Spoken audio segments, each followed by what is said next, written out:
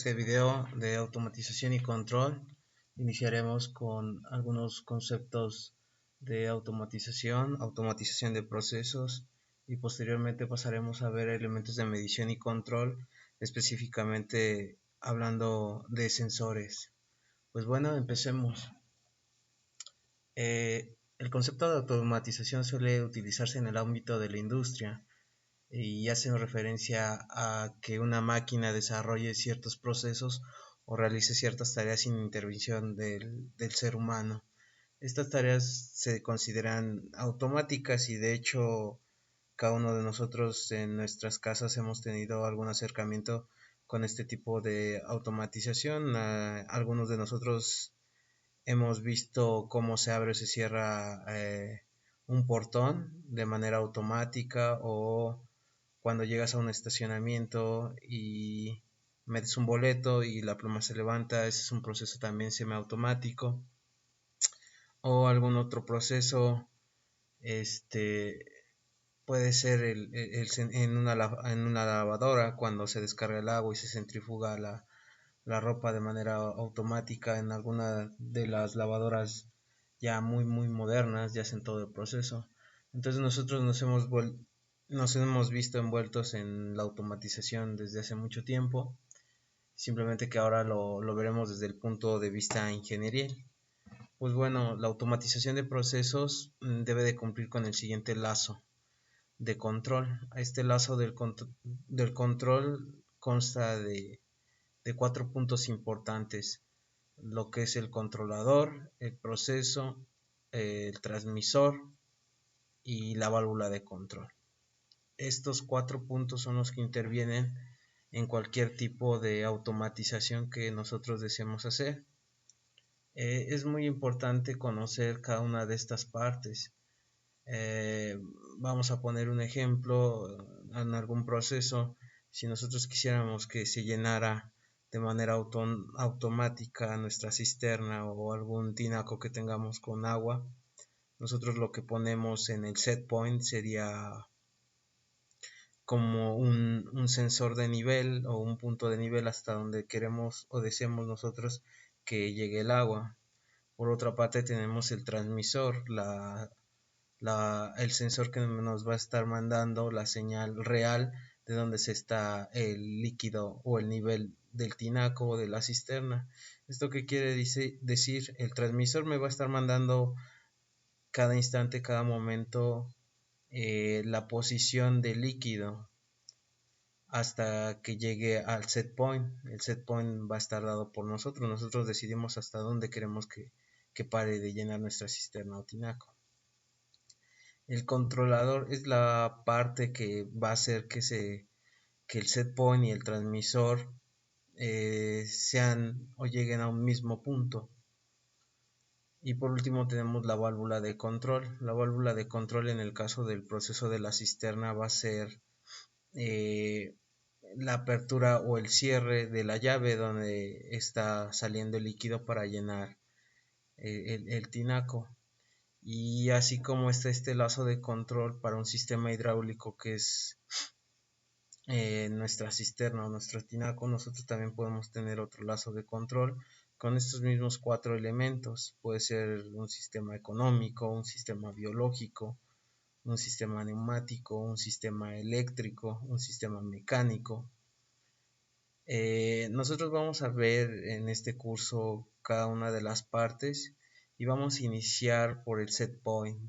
Cómo podemos nosotros poner un set point, cómo podemos medir o qué tipo de variables podemos medir del proceso, qué es un transmisor, cómo vamos a ocupar un transmisor. Realmente aquí en el curso vamos a ver lo que es un sensor, que es lo mismo que un transmisor. Un sensor, más adelante vamos a ver cómo convierte una variable del proceso en una variable eléctrica, como puede ser voltaje o corriente. Vamos a ver también los tipos de controladores que podemos tener. Estos tipos de controladores de manera industrial comúnmente se le llama como PLC, pero existen otros tipos de controladores, como lo que es la View FPGA, como lo es tarjetas de adquisición de datos, DACs, y posteriormente vamos a ver las válvulas de control, lo que me va a permitir el cierre o apertura automática de cada una de las variables del proceso. Para las válvulas de control vamos a ocupar algunas electroválvulas o hidroválvulas que son manejadas a través de voltaje o corriente también, y que me dan a la salida un movimiento físico. Por último tenemos el proceso. El proceso es lo que vamos a nosotros a controlar, que en este caso puede ser la cisterna al tinaco, pero también en un sistema mecánico, por ejemplo, podríamos controlar lo que es un sistema masa resorte amortiguador, en el que nosotros podemos decir cuánto amortiguamiento puede tener ese sistema. En un sistema biológico podemos controlar el crecimiento de ciertas de ciertas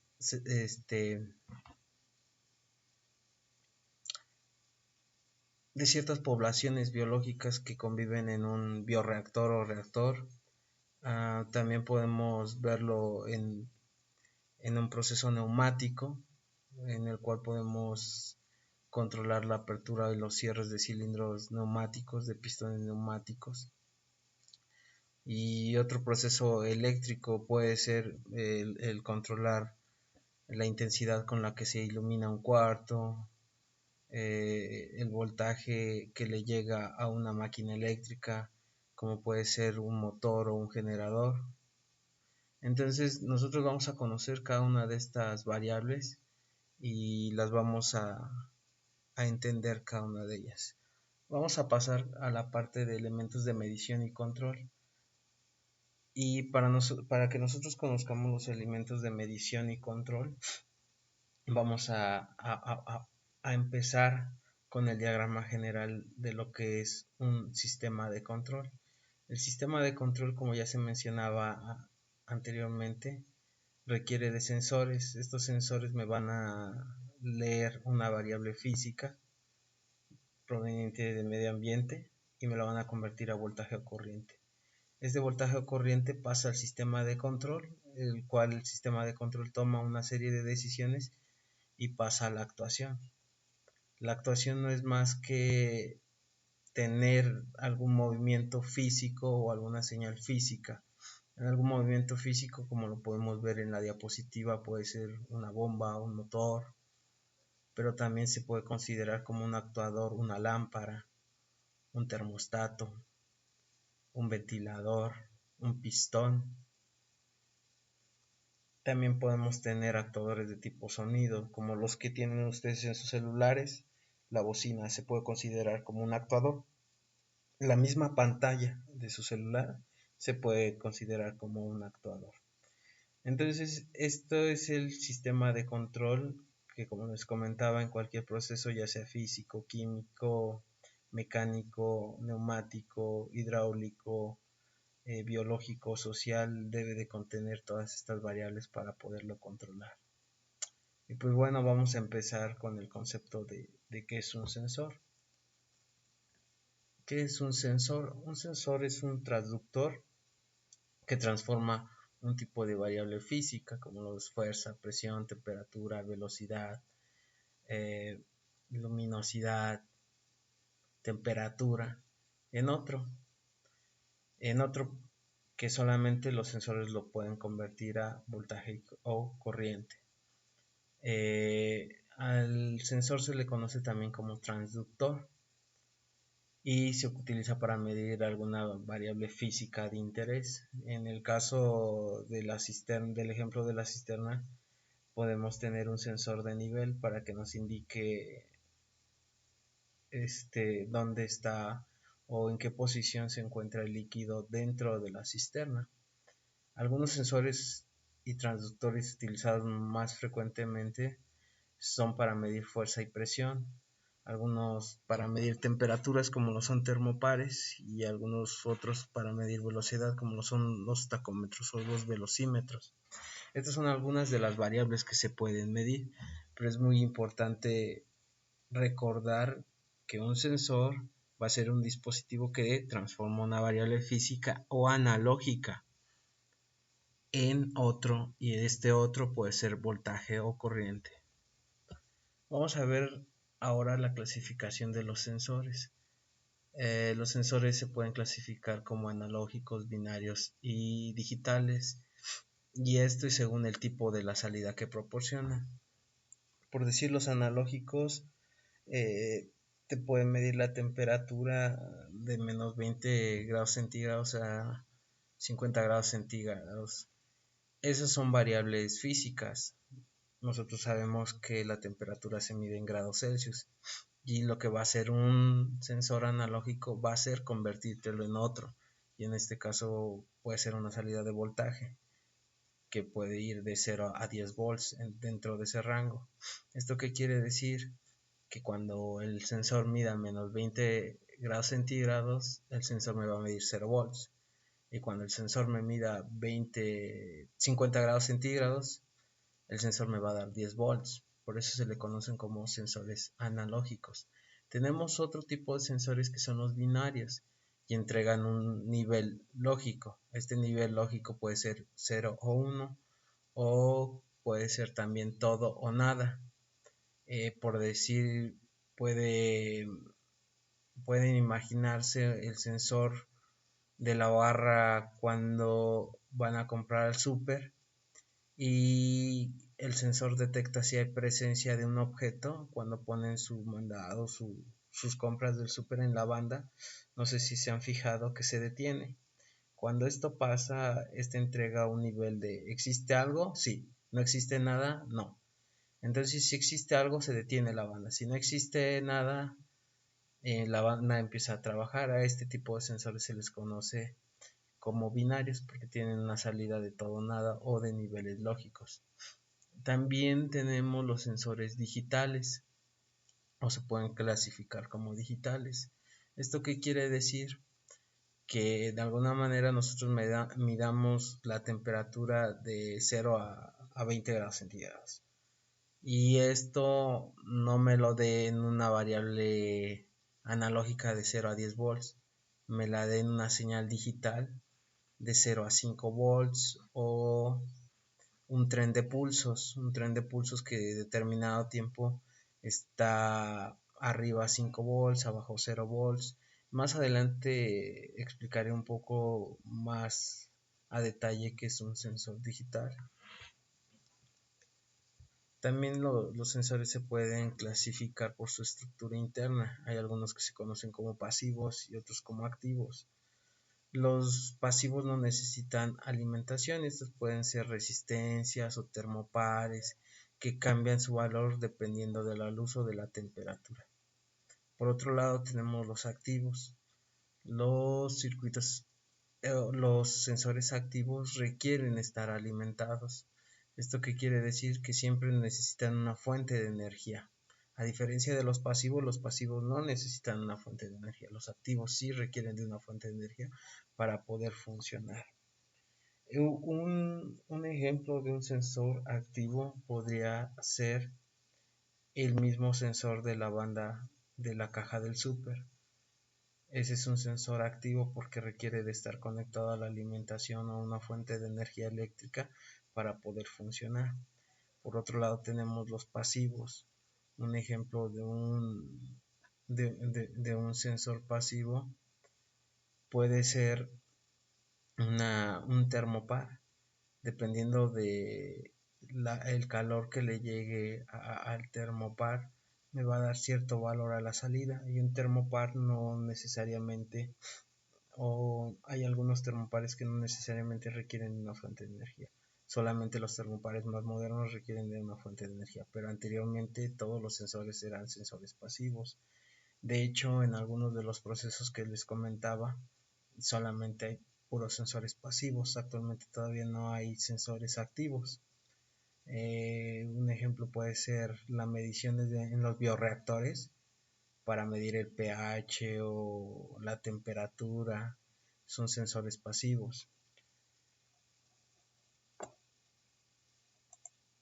Otro tipo de clasificación de sensores son aquellos que son de lo que son capaces de detectar, y estos sensores se pueden clasificar en mecánicos, ambientales o químicos.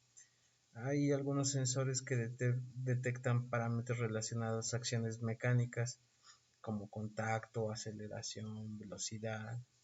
Hay algunos que detectan variables ambientales como lo puede ser temperatura, humedad, velocidad de viento, turbulencia del agua.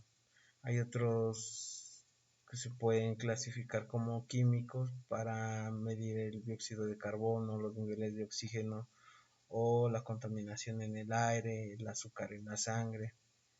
De hecho, el sensor que más van a ustedes a ocupar son los mecánicos y ambientales, porque nosotros requerimos en esta clase detectar las variables de temperatura, humedad, tal vez velocidad de un motor o de una bomba, la presión y el caudal con la que se está inyectando cierto flujo.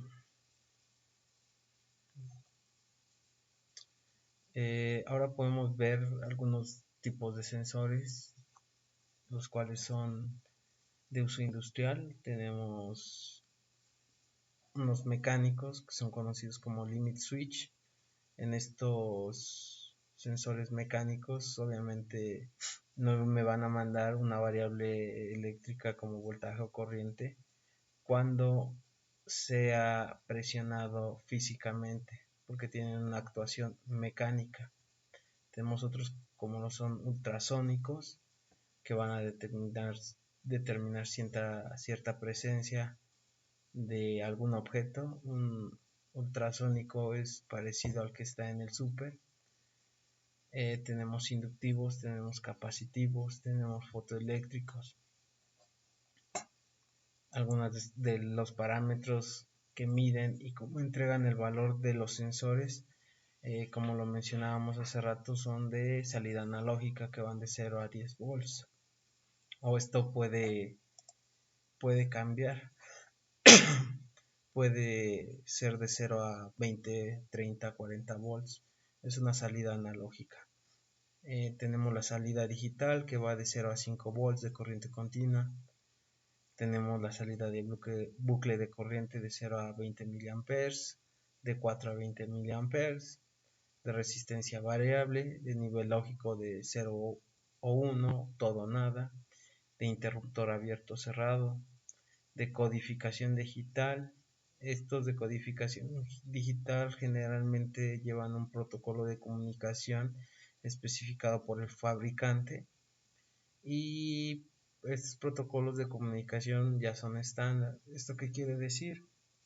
Que cuando ustedes lo adquieran, muy probablemente se pueda adecuar con su PLC o con algún controlador o con una DAC o con un control de LabVIEW, y ustedes puedan interactuar con él.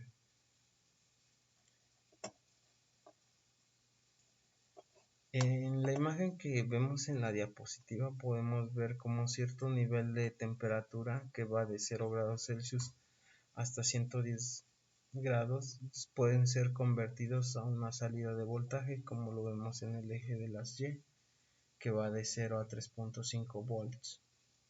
Ok, y en el lado izquierdo de la diapositiva nosotros podemos ver un sensor de corriente, sensor de temperatura, en el cual nos indica que puede sensar de 0 a 50 grados centígrados. Puede sensar temperatura y humedad, y me va a entregar valores analógicos de 3.5 volts a 5.5 volts de corriente directa, y también me puede sensar ciertos niveles de humedad que van desde del 20% hasta el 95% de humedad. Algunas otras características importantes que cabe destacar en los sensores es el rango de medida, la resolución de la medida, la precisión, el tiempo de medida, la repetitividad y la linealidad. Estas cuatro características son importantes porque nosotros requerimos el rango de medida para saber desde dónde hasta dónde miden, es decir, qué temperatura van a medir. Hay algunos sensores que me van a medir de 0 a 10 grados, de 0 a 20 grados, otros de 0 a 50 grados. Es muy importante que nosotros conozcamos qué rango de medida me pueden ofrecer los sensores. Esto es muy importante porque nosotros cuando vamos a automatizar algún proceso se requiere que nosotros midamos ciertas variables de control. Entonces estas variables de control van en un rango.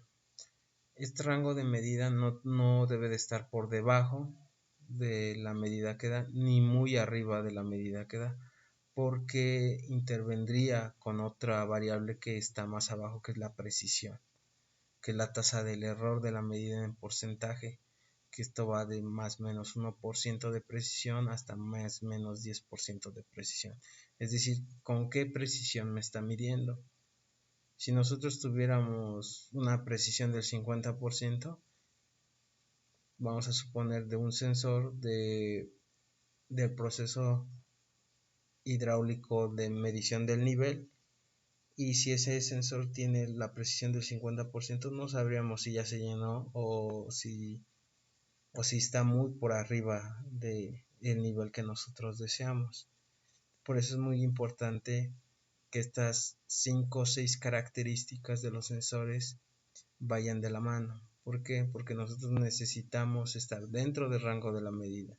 Es decir, si requerimos de medir de un nivel de 0 a 2 metros, pues compramos un sensor que vaya de 0 a 2, 2.5 metros, no más, porque afectaría la precisión, la resolución de la medida, el tiempo de medida y todo este tipo de características. También es importante el tiempo de medida. ¿En qué tiempo me va a entregar el sensor la medida que está sensando? Es decir, si yo quiero leer temperatura, pero si ese sensor de temperatura se tarda 1 hora en darme la temperatura y mi proceso es muy rápido, pues obviamente no estaría congruente que yo tuviera un sensor que tardara mucho en procesar la medida. Entonces por eso también es importante que nosotros pongamos atención en el tiempo de medida. Otra característica importante es la linealidad. La linealidad se refiere a la relación del valor entregado y el valor representado. ¿Esto qué quiere decir? Que si mi sensor mide temperatura de 0 a 20 grados centígrados y me lo va a representar de 0 a 5 volts, pues que sea lineal, es decir, que cada 0.1 volt signifique 1 grado de temperatura, porque muchas de las veces el sensor, hay algunos sensores que son muy baratos, pero cuando empiezas a leer valores muy pequeños, vamos a suponer, si tú quieres medir de 0 a 20 grados centígrados, y los valores de hasta arriba si te los mide bien. ¿Esto qué quiere decir? Que ya en los 20 grados centígrados sí te da 5 volts, pero cuando empieza a bajar a 19 te da 3.5, entonces eso ya no hay una correspondencia lineal. Lo más lógico es que te diera 4.8, 4.2, y cada uno de los grados significa cierto valor de voltaje hasta llegar a 0, es decir, 1 grado se me representaría en 0.5 volts, 2 grados y así sucesivamente. Esto por poner un ejemplo. Otras características que son importantes considerar son el montaje y la conexión. Algunas veces nosotros requerimos que sean compatibles con algunos procesos. Regularmente cuando llegamos a alguna industria nosotros sabemos que ya va a haber equipo instalado de alguna marca o ya muy viejo. Regularmente pasa así, generalmente nunca se llega y se compra todo nuevo, sino es más bien integrar el nuevo proyecto a algún proyecto o algún proceso que ya esté en alguna de las plantas. Entonces por eso para nosotros es muy importante el montaje y la conexión. Es decir, si ustedes llegan a comprar un sensor, el sensor debe de estar respaldado por un datasheet o hoja de especificaciones en la cual me digan cuál es el esquema de conexiones, los valores, los rangos que cubre ese sensor, cómo, cómo se monta y cómo se conecta, qué cuidados debe de tener, porque hay algunos sensores que no pueden estar a temperaturas muy altas, hay algunos otros sensores que no pueden estar a temperaturas muy bajas, hay algunos sensores que no son contra el agua, hay algunos sensores que no pueden estar en exteriores, deben estar solamente en interiores. Entonces este tipo de cosas viene en la hoja de especificaciones o datasheet del sensor. Posteriormente, la mayoría de sensores son las entradas del sistema de control y estos se conectan vía cable o alguna comunicación inalámbrica o pueden ser mediante sistemas específicos como fibra o cable de red, pero generalmente los sensores van conectados mediante cables al sistema de control. ¿Esto qué quiere decir? Por decir, un sensor de tipo mecánico va a tener dos cablecitos que vayan a la entrada del sistema de control. El sensor de temperatura o termopar va a tener dos cablecitos que vayan al sistema de control. Pero vamos a suponer que requerimos de un sensor ultrasónico, que nuestro sistema de control donde lo tenemos concentrado pues está a 10 o 20 metros. En ese caso nosotros podríamos ocupar un sensor ultrasónico vía inalámbrico. Hay algunos sensores ya en el mercado que son de tipo inalámbrico. Generalmente los de tipo inalámbrico son sensores de los más comunes o de las variables más comunes, como la temperatura, presencia, luminosidad, velocidad. Hay algunos otros sensores que no existen aún en el mercado y no son inalámbricos, por decir un sensor de pH, un sensor de alcalinidad o salinidad, de esos todavía ni existen algunos en el mercado. Ya existen algunos, pero no son fiables, no son confiables. Era como lo que decía en la diapositiva anterior, no cumplen con estas 5 características importantes como el rango de medida, la resolución de la medida, la precisión. Entonces ese tipo de sensores solo los hay de manera cableada, ¿ok?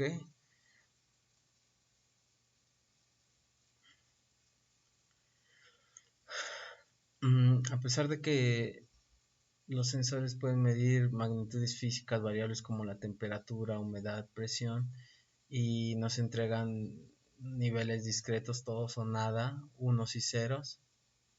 Estos sensores están preajustados a un nivel o los ajusta el usuario a un nivel requerido. Algunos de los ejemplos puede ser el sensor de temperatura de motor de un vehículo. Cuando alcanza 95 grados centígrados salta el ventilador. Algunos de nosotros que hemos tenido carro nos podemos dar cuenta que no siempre está encendido el ventilador. El ventilador se enciende hasta que el auto alcanza cierto nivel de temperatura. Lo mismo pasa de manera contraria con el refrigerador. El refrigerador empieza a funcionar si la temperatura incrementa. Si la temperatura incrementa en el interior, el refrigerador enciende su ventilador para que disminuya la temperatura y mantenga los alimentos a cierta temperatura.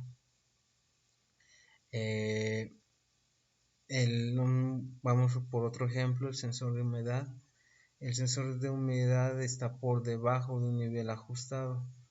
Este sensor de humedad ya viene preajustado a cierto nivel, pero hay algunos sensores que nosotros los podemos ajustar al nivel que nosotros requiramos. Nosotros tal vez nos requerimos de una humedad que sea tan alta, y con poca humedad nosotros activamos el sistema de riego, ¿ok? Con poca humedad, muy poquita humedad, activamos el sistema de riego. Con mucha humedad pues lo detenemos. Esto es muy importante, que nosotros sepamos las magnitudes físicas que vamos a medir. cómo las vamos a medir y con qué tipo de sensor. En esta primera sesión nosotros hemos visto algunos tipos de sensores y cómo se clasifican. Tenemos algunos mecánicos, ultrasónicos, inductivos, capacitivos, fotoeléctricos, y tenemos algunas clasificaciones que pueden ser analógicos, binarios, digitales, pasivos, activos, mecánicos, ambientales, químicos. Vimos qué parámetros miden y cómo nos entregan sus valores. Decíamos que los parámetros que miden pueden ser temperatura, humedad, luz, acidez, velocidad, abierto, cerrado, cerca, lejos, luminosidad, presencia, y qué valores nos van a entregar, ya sean analógicos, digitales. Ok, las características importantes que nosotros debemos de considerar a la hora de adquirir un sensor. Y por último, el montaje y conexión.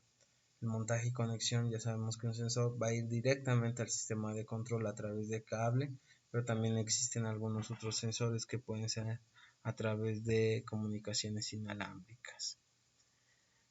Vamos a ver un ejemplo de sensores binarios, todo o nada, y estos son de tipo discreto, es decir, solamente me va a dar un valor 0 si no existe nada y me va a dar un valor 1 si existe todo el valor. Este tipo de sensores binarios ustedes los tienen en casa, y estos tipos de sensores binarios son los interruptores. Es decir, si el interruptor está arriba significa que tiene todo y entonces se enciende la luz. Entonces todo significa que me va a mandar un 1 y es un valor discreto. Si nosotros oprimimos el interruptor hacia abajo, el interruptor va a tener 0, es decir, nada, y este también es un valor discreto. En la imagen de esta diapositiva nosotros podemos ver algunos de los símbolos, algunas de las representaciones para este interruptor. Este interruptor puede ser, como se ve en la primera figura, un simple interruptor, una barrita. Puede ser un push button, como lo vemos en la segunda imagen. Puede ser un flotador, como lo vemos en la tercera imagen. Y podemos tener un flotador con retorno de muelle, es decir, que tenga un resorte, como lo vemos en la cuarta imagen. Pero todos ellos me van a entregar un valor discreto, un valor todo o nada, un valor 1 o 0. Algunos otros sensores que me entregan este mismo valor son una barrera de láser, un final de carrera, un detector de lluvia, un detector de presencia y un pulsador. Un pulsador como el de las maquinitas, o un pulsador como el del transporte público, cuando ustedes lo tocan y se genera un sonido para pedir la bajada. Ok,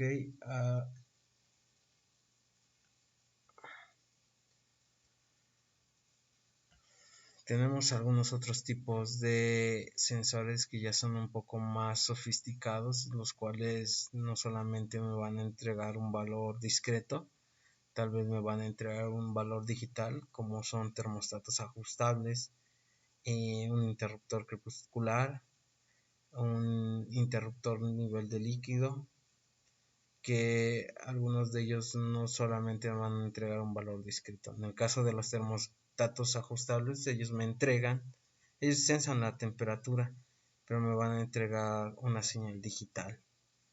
En el caso del termostato físico, tampoco me va a entregar un valor ni discreto ni digital, me va a entregar un valor analógico, es decir, cierto rango o nivel de voltaje. Pues hasta aquí en esta primera sesión acerca de los sensores. En la siguiente sesión hablaremos de lo que es un sistema de control y los actuadores. Hasta luego.